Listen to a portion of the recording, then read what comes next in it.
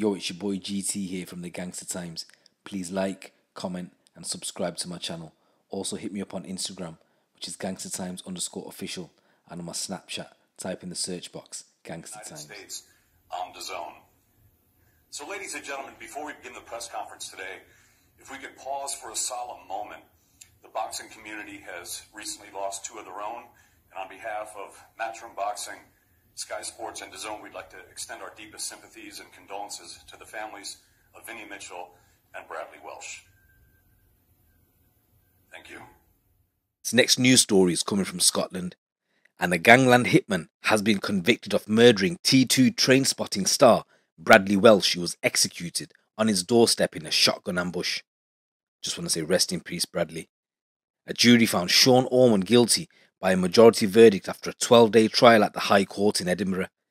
He was sentenced to 28 years for murder and 10 years for the attempted murder of Welsh's pal, David McMillan. The 30-year-old gunned down Welsh, who was 48 years old, who was returning from his boxing gym to his home in the city's new town. The trial heard evidence Orman carried out the slaying on the orders of notorious crime figure George Bagri for £10,000. It emerged cops were warned by witness Dean White that Welsh was being targeted a month before his assassination, but failed to stop it. White told the trial how Orman bragged to him about the murder plot and went on a spending spree at JD Sports with that blood money. Orman was arrested after leading police on a shocking 21-minute chase across Edinburgh when his stolen Audi reached speeds of up to 120 miles per hour. The convicted armed robber gave evidence in his own defence, blaming bad luck and sheer coincidence for the wealth of evidence against him. But the jury rejected his lies and convicted him of murdering the dad of one Welsh on April 17, 2019. Orman was also found guilty by a majority verdict of the attempted murder of Welsh's longtime pal, McMillan, who is 50 years old, in a machete attack on March the 15th that year. The trial heard Orman was released from prison in February of that year and was recruited to carry out odd jobs for that major kingpin. The court was told that David McMillan had returned from visiting Mark Richardson in Sawton prison when he was attacked. So Bagri was once jailed for 12 years for a samurai sword attack, and Richardson had been embroiled in a 10-year feud which had often erupted into violence. Three men in balaclavas burst into McMillan's home and savagely hacked at his head and body with a machete in front of his wife. McMillan's son, who's also called David McMillan, managed to fight off the intruders. Their Audi getaway car was torched a short time later. McMillan suffered a fractured skull and bleed on the brain and fled to Spain after being released from hospital. Orman, meanwhile, had begun visiting the Dunstan home of Robert White, brother of Dean, along with his friend James Davidson. While smoking heroin, Orman bragged to Dean White how he'd been paid to carry out a machete attack for hire on behalf of Bagri. Orman showed off a shotgun, an old-fashioned firearm dated back to the 1890s, and told White he'd got another job from him. After Orman disclosed he was being paid for the murder of Welsh, terrified White went to the police and gave a full statement. Police swooped on Robert White's home but failed to find Orman. Dean White gave evidence Orman eluded cops by hiding in the attic. The trial heard police made attempts to contact Orman, telling him they wanted to speak, but Orman was focused on his next contract, staying occasionally at his mother's house but also at addresses in Loch End at the home of a woman he was seeing, and his appearance was changing too.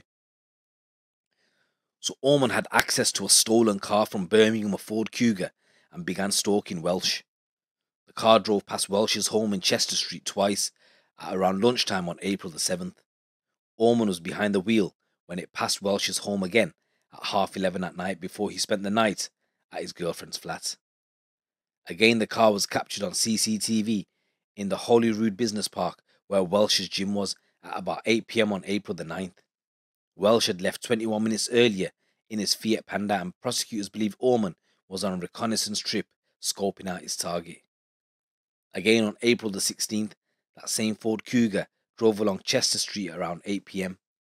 Hours later, at midnight on the day of the shooting, Orman's phone was picked up on cell sites in the vicinity of Welsh's home, where he spent 53 minutes.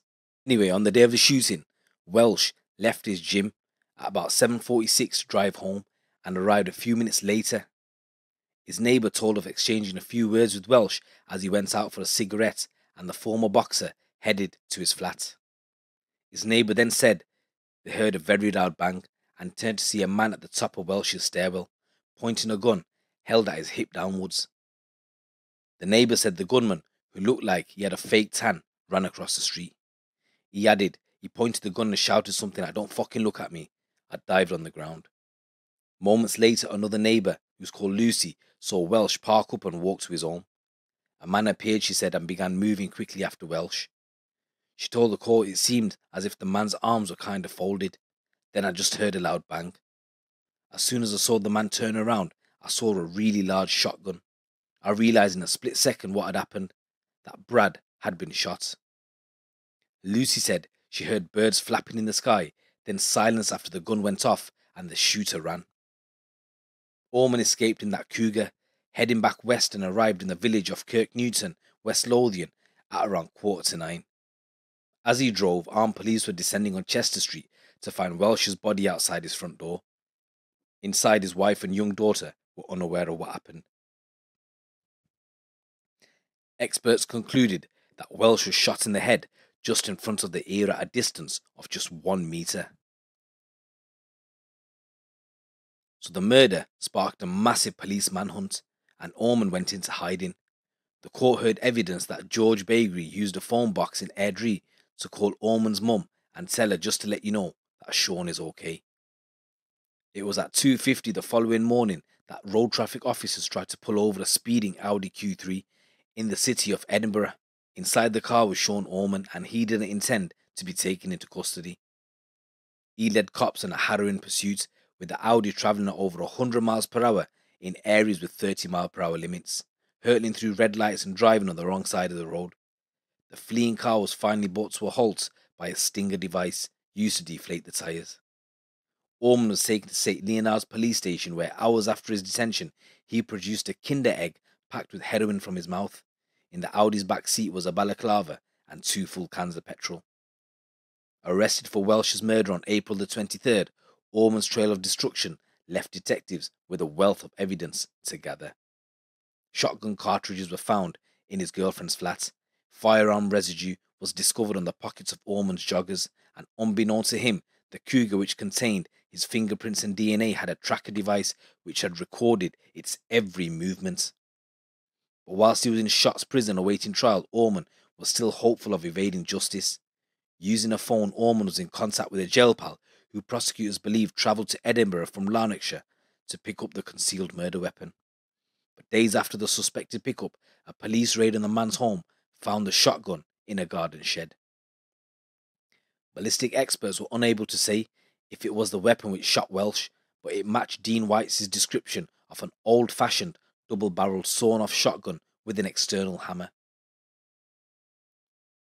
In sentencing, Judge Lord Beckett told Orman the murder of Bradley Welsh was a premeditated and meticulously planned assassination, the ultimate reasons for which remain unknown to the court.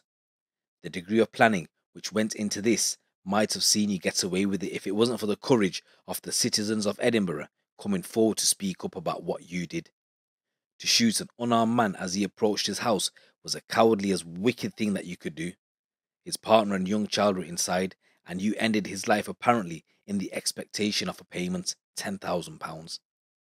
I've read the impacts of all this on his partner, who describes the traumatic impact that what you did and have lost their home and no longer feel safe. The judge added it was a dreadful crime. He said the court must do all it can to deter contract killings by imposing severe punishments.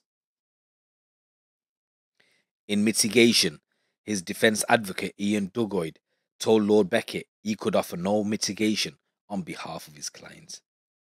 Absolute madness. What do you think to that, guys? A hitman has been found guilty of the murder of a Trainspotting actor, Bradley Welsh. May you rest in peace. It's your boy GC. Keep it locked, keep it real.